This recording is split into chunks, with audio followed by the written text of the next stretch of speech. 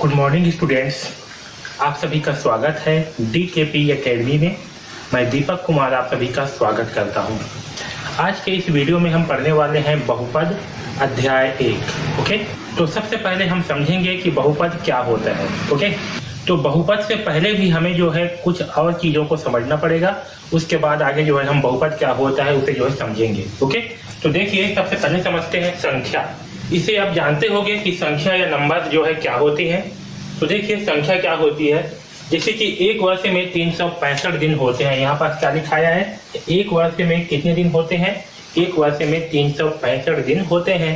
Okay, तो जो ये 365 है जो आपका अंकों में लिखा हुआ है, इसे हम क्या कहेंगे, इसे जो है हम संख्या कहेंगे या नंबर कहेंगे। ओके, उसी प्रकार से एक वर्ष में होते हैं 52 सप्ताह होते हैं। ये क्या है आपका 52 जो है ये आपका अंक है, ये इसे हम संख्या कहेंगे। है समझ में? तो जहाँ पर अंकों का उपयोग किया जाए तो उसे हम क्या कहते हैं, उसे हम संख्या कहते हैं या नंबर कहेंगे। ओके, तो ये क्या है आपका संख्या हुआ। अब दूसरी समझते हैं अक्षर संख्या क्या होती है। ओके, लेकिन इसमें क्या है, जो अंग्रेजी के अक्षर है। ओके, जो अंग्रेजी के अक्षर हैं, जब हम गणित में अंग्रेजी के अक्षर का उपयोग करते हैं उसे क्या कहते हैं, अक्षर संख्या कहते हैं। जैसे देखिए, माना रायपुर से बिलासपुर की दूरी क्या है, 1 किलोमीटर है। हम यहाँ पर दूरी को क्या मान ले रहे हैं, 1 से मान ले रहे हैं। तो ये जो x है ये क्या है, ये जो है आपकी अक्षर संख्या है। ओके, जैसे देखिए एक आयत की लंबाई a है, वह चौड़ाई जो है b है, तब आयत का क्षेत्रफल क्या होगा, a इंटू बी। तो यहाँ पर जो हम ये a इंटू बी का उपयोग कर रहे हैं, ये क्या है, ये आपका अक्षर संख्या कहलाती है। क्या कहलाती है, अक्षर संख्या। तो गणित में जब हम किसी अक्षर का जो है उपयोग करते हैं उसे हम क्या कहते हैं, अक्षर संख्या कहते हैं। आया समझ में? तो ये जो है आपका अक्षर संख्या है। ओके, अब देखिए किसे समझते हैं, बीजीय व्यंजक। ठीक है, तो जिस व्यंजक में अक्षर संख्या का उपयोग किया जाता है उस व्यंजक को क्या कहते हैं, हम बीजीय व्यंजक कहते हैं। आया समझ में?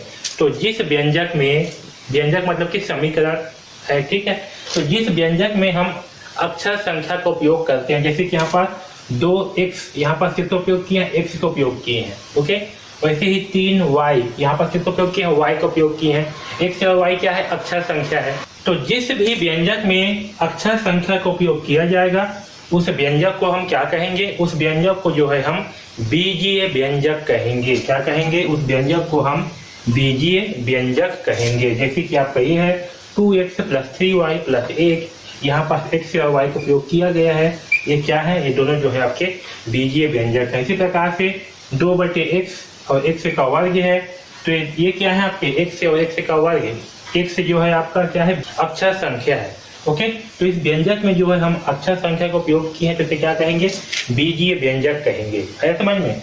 यहाँ नीचे में भी आपका 4 जैसे 6 + xy + 1/y + z, ये क्या है, ये जो है आपका एक बीजीय व्यंजक है, क्योंकि इनमें जो है हम अक्षर संख्या का उपयोग किए हैं। ओके, तो जिस भी व्यंजक में जो है अक्षर संख्या का उपयोग किया जाएगा उस व्यंजक को हम क्या कहेंगे, उस व्यंजक को हम बीजीय व्यंजक कहेंगे। ओके, इतना सबको समझ में आया, क्लियर? अब आगे जो है पढ़ते हैं बहुपद क्या होती है। ओके, अब समझते हैं कि बहुपद क्या होती है। ओके, तो देखिए बहुपद क्या होती है उससे पहले भी एक छोटे से टर्म से और समझ लेते हैं। चर और अचर संख्या क्या होती है। क्या संख्या, चर और एक है अचर। तो देखिए पहले समझते हैं अचर संख्या। अचर, अचर मतलब कि क्या समझ में आ रहा है, अचर है ना, अचर। देखिए अचर मतलब क्या होती है, वह संख्या जिसका मान एक निश्चित होता है उसे हम क्या कहते हैं, अचर संख्या कहते हैं। जैसे कि आपका 5 है, ये 5 का मान क्या है, 5 निश्चित ही है, ये कम नहीं होगा ना ही ज्यादा होगा। आपका 5 का मान जो है 5 ही रहेगा, है ना। इसी प्रकार से एक का मान एक ही रहेगा हमेशा, चाहे कहीं भी लिखो एक को, वो हमेशा एक ही रहेगा। ओके, 0 का मान हमेशा 0 रहेगा, चाहे आप उसे कहीं भी लिखो उसका मान क्या होगा, हमेशा 0 होगा। 3, 2, 6 इन सब का मान क्या होगा, एक निश्चित मान ही रहेगा, जो मान लिखाया हुआ है यही रहेगा, चाहे आप इसे कहीं भी लिखो। ओके, तो इन सारे संख्याओं को हम क्या कहते हैं, जो संख्याएं में नंबर है उसको, उसे जो है हम अचर संख्या कहते हैं। क्या कहते हैं, अचर संख्या। अब देखिए चर, चर क्या है, अचर का जस्ट उल्टा है। ऐसी संख्या जिनका मान निश्चित नहीं है, जिनका मान हमेशा चेंज होते रहेगा, बदलते रहेगा, इसका मान कुछ भी हो सकता है, उसे हम क्या कहेंगे, चर संख्या कहेंगे। जैसे कि आपका x y। अब देखिए जैसे कि x से y है तो x का मान हम 1 भी रख सकते हैं, 2 भी, 3 भी, 0 भी, है ना। कहीं कहीं पर तो जो है समीकरण के ऊपर डिपेंड करता है किसका मान क्या होगा, x का मान। ऐसा नहीं, जैसे कि 2x + 3 बराबर 0 है तो यहाँ पास x का मान क्या होगा, x का मान कुछ भी हो सकता है, लेकिन आपका 2 और 3 का मान तो फिक्स है ना। 2 का मान 2 रहेगा, 3 का मान 3 ही रहेगा, है समझ में। जैसे कि यहाँ पास 2 और 3 है तो उसका मान जब फिक्स ही रहेगा, 2 और 3 है तो ये क्या है आपकी अचर संख्या है। लेकिन जो x का मान है वो क्या होगा, अलग अलग हो सकता है। जैसे कि समझिए यहाँ पास x का मान क्या होगा, x बराबर होगा, ये 3 को सब पक्षांतर कर देंगे तो होगा -3। ओके, x का मान आएगा -3/2। यहाँ पास क्या आया x का मान -3/2। लेकिन यही पास अगर मैं 3x + 3 बराबर 0 करूं तो यहाँ पास x का मान क्या आएगा, तो यहाँ पास जो है x का मान कितना आएगा, -1 आएगा, है ना। तो x का मान क्या हुआ, बदला, एक बार -3/2 आया, एक बार में क्या हो गया x का मान 2 आ गया, ठीक है। तो x का मान क्या है, निश्चित नहीं है, इसका मान जो है एक निश्चित मान नहीं होगा, इसका मान अलग अलग होगा। इसी प्रकार से y, इसी प्रकार से आप कुछ भी रख सकते हो, a b z, इस प्रकार से, है ना। तो जो अक्षर संख्याएं हैं जनरली वो क्या होती हैं, आपकी चर संख्याएं होती है, यानी कि उसका मान जो है बदलते रहेगा। और जो अचर संख्याएं हैं वो आपके नंबर से होती हैं, वो सब क्या होती हैं, वो जो है आपकी अचर संख्या होती है समझ में। तो ये है चर संख्या और ये है अचर संख्या। अब समझते हैं बहुपद क्या होती है। तो देखिए, जिस बीजीय व्यंजक में प्रत्येक अक्षर संख्या की घात पूर्ण संख्या होती है उसे बीजीय व्यंजक को हम बहुपद कहते हैं। तो देखिए, जो आपका बहुपद है, बहुपद क्या है, आपका बीजीय व्यंजक का एक प्रकार है। ओके, और कैसा प्रकार, तो ऐसा बीजीय व्यंजक, यानी कि हम ऐसा बीजीय व्यंजक को बहुपद कहते हैं जिसकी मतलब जिस बीजीय व्यंजक में जो चर संख्याएं हैं उसकी घात अगर पूर्ण संख्या हो, ठीक है, क्या हो, पूर्ण संख्या, उसे हम क्या कहते हैं, बहुपद कहते हैं। अब समझिए कि पूर्ण संख्या क्या होती है। तो पूर्ण संख्या क्या होती है, पूर्ण संख्या जो है 0 से लेकर के अनंत तक जितने भी आपकी धनात्मक संख्याएं हैं, जो धन वाली संख्याएं हैं, ठीक है, ये सब क्या है, ये सब जो है आपके पूर्ण संख्याएं कहलाती है। ओके, 0 से लेकर के 1 2 3 4 5 6 7 8 ऐसे करते हुए अनंत तक जो पूरी संख्या है वो सब क्या कहलाती है, आपके पूर्ण संख्याएं कहलाती है। ओके, तो बहुपद क्या होती है, जिस बीजीय व्यंजक में प्रत्येक अक्षर संख्या की घात, ओके, पूर्ण संख्या होती है, उस बीजीय व्यंजक को हम बहुपद कहते हैं। आया समझ में। चलिए एग्जाम्पल के माध्यम से समझते हैं तो ज्यादा अच्छे से जो है समझ में आएगा। तो देखिए बहुपद क्या होंगे और क्या नहीं, उसे जो है लिखते हैं, ठीक है। देखिए बहुपद संख्या क्या क्या होंगी। यहाँ देखिए पहले एग्जाम्पल में यहाँ पर अक्षर संख्या क्या है, x है, x की घात में क्या है, 2 है, और 2 क्या है, आपका पूर्ण संख्या है। ओके, तो ये 2x की घात 2 + 3 ये क्या होंगे, आपके बहुपद होंगे। क्यों, क्योंकि जो इसमें अक्षर संख्या है इसकी घात क्या है, एक पूर्ण संख्या है, इसलिए क्या होगा, ये बहुपद होगा, ठीक है। तो 2x की घात 2 + 3 क्या होगा, बहुपद होगा। ओके, अब देखिए दूसरी संख्या क्या है, x की घात वर्गमूल x + 3 दिया हुआ है। ओके, अब देखिए यहाँ पर क्या दिया है, वर्गमूल x + 3। अब समझिए ये जो वर्गमूल है, ओके, ये किस में लगा है, x में लगा हुआ है। किस में लगा है, वर्गमूल x में लगा है। तो x की घात क्या होगा, इस वर्गमूल का मान क्या होता है, इस वर्गमूल का मान होता है 1/2। ओके, यानी कि यहाँ पास x की घात कितना है, 1/2 + 3। इसे हम क्या लिख सकते हैं, इसे जो है हम x की घात 1/2 + 3 लिख सकते हैं। और अब देखिए यहाँ पास ये जो x की घात 1/2 है, ये जो 1/2 है, ये क्या है, 1/2 आपका पूर्ण संख्या नहीं है। ओके, इसलिए x की घात 1/2 आपका बहुपद संख्या नहीं होगा। आया समझ में। यहाँ पास क्या होगा, x की घात 1/2 + 3 आपका बहुपद नहीं होगा, क्योंकि जो अक्षर संख्या है, चर संख्या, इसकी घात क्या है, पूर्ण संख्या नहीं है। पूर्ण संख्या क्या होती है, 0 से लेकर के अनंत तक 1 2 3 4 ऐसे जो पूरी संख्याएं हैं, इसके बटे में कुछ नहीं होना चाहिए, ये संख्या क्या कहलाती है, आपकी पूर्ण संख्याएं कहलाती है। तो यहाँ पास क्या है, x की घात में यहाँ पास 1/2 है, ठीक है, इसीलिए ये क्या हो गई, ये संख्या जो है आपका बहुपद संख्या नहीं होगा। आया समझ में।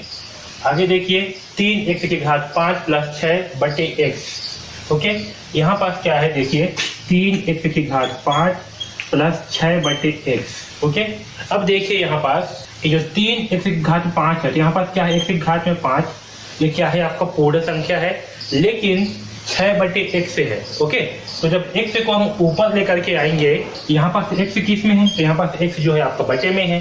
तो जब इस x को हम ऊपर लेकर के आएंगे तो क्या होगा, यहाँ हो जाएगा 3x⁵ प्लस 6x⁻⁻1 क्या होगा, x⁻ में जो है -1 आ जाएगा, -1 आ जाएगा। ओके, अब आपका -1 जो है पूर्ण संख्या नहीं है, इसलिए ये पूरी की पूरी संख्या भी क्या होगा, बहुपद संख्या नहीं होगा। है समझ में? तो आपका ये जो है बहुपद संख्या नहीं है, ये भी जो है बहुपद संख्या नहीं है, क्योंकि इसमें जो अक्षर संख्या है उसकी घात क्या है, पूर्ण संख्या नहीं है। ओके, आया समझ में? तो इन दोनों कंडीशंस को याद रखना। पहला तो जिस भी चर संख्या की घात में वर्गमूल होगा, या जो भी चर संख्या या जो भी अक्षर संख्या आपके बटे में होगा, वो संख्या बहुपद संख्या नहीं होगी। है समझ में? ठीक है, तो ये दोनों क्या है, आपके बहुपद संख्या नहीं है। ओके, चलिए आगे देखते हैं। और अब देखिए तीसरा एग्जाम्पल, 8x + 7, x की घात में क्या है, कुछ भी नहीं है, मतलब 1 है, मतलब क्या होगा, ये बहुपद संख्या है। तो 8x + 7 क्या है, बहुपद संख्या है। यहाँ देखिए वर्गमूल 2 y की घात 2 + 3y। अब यहाँ देखिए, यहाँ पास जो वर्गमूल है वो किस में लगा हुआ है, 2 में लगा हुआ है। किस में लगा हुआ है, 2 में। हमें इस संख्या से कोई मतलब नहीं है, हमें मतलब है तो किससे, अक्षर संख्या से, कि अक्षर संख्या की घात क्या है। ओके, तो यहाँ पास क्या है, वर्गमूल 2 के साथ में y की घात 2 है, इस y की घात में क्या है, 2 है, एक पूर्ण संख्या है, इस अक्षर संख्या की घात में पूर्ण संख्या है, इसलिए क्या होगा, ये भी आपका अक्षर संख्या बहुपद होगा। ओके, क्योंकि y की घात में 2 है, यहाँ पर क्या है, y की घात में कुछ नहीं है, मतलब 1 है, यानी कि यह संख्या क्या होगी, बहुपद संख्या होगी। इसी प्रकार देखिए यहाँ पास x की घात 2 है, 1/2 x + 3। अब देखिए यहाँ पास x की घात 2 है, 2 मतलब क्या है, पूर्ण संख्या है। यहाँ पास x की घात में क्या है, 1 है, कुछ नहीं है, मतलब क्या है, 1 है, यानी कि x की घात में पूर्ण संख्या है। ओके, इसके सामने में क्या है, इससे मतलब नहीं है हमें। ठीक है, ये जो x है अक्षर संख्या है, इसके सामने में बटे रहे कि आपकी वर्गमूल है, इससे कोई मतलब नहीं है। समझ में? हमें x से मतलब है, किससे मतलब है, हमें x से अक्षर संख्या से मतलब है।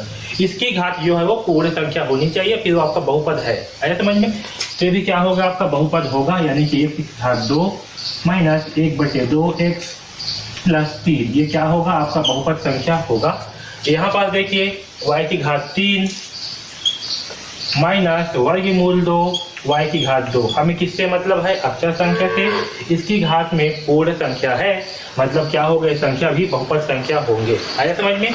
तो इन 7 एग्जाम्पल्स में से आपका ये वाला और ये वाला, ठीक है, इन दोनों को छोड़ करके बाकी सभी संख्याएं क्या है, बहुपद संख्या है। ये दोनों जो है बहुपद नहीं है, ये दोनों क्या होंगे, आपका केवल बीजीय व्यंजक होंगे, बहुपद नहीं होंगे। आया समझ में? तो बहुपद क्या होती है, फिर रिपीट कर रहा हूँ, जिस बीजीय व्यंजक में प्रत्येक अक्षर संख्या की घात पूर्ण संख्या होती है, उस बीजीय व्यंजक को हम बहुपद कहते हैं। है समझ में? तो ये जो है बहुपद हुआ। ओके, तो इस वीडियो में बस इतना ही। DKP एकेडमी से जुड़ने के लिए धन्यवाद।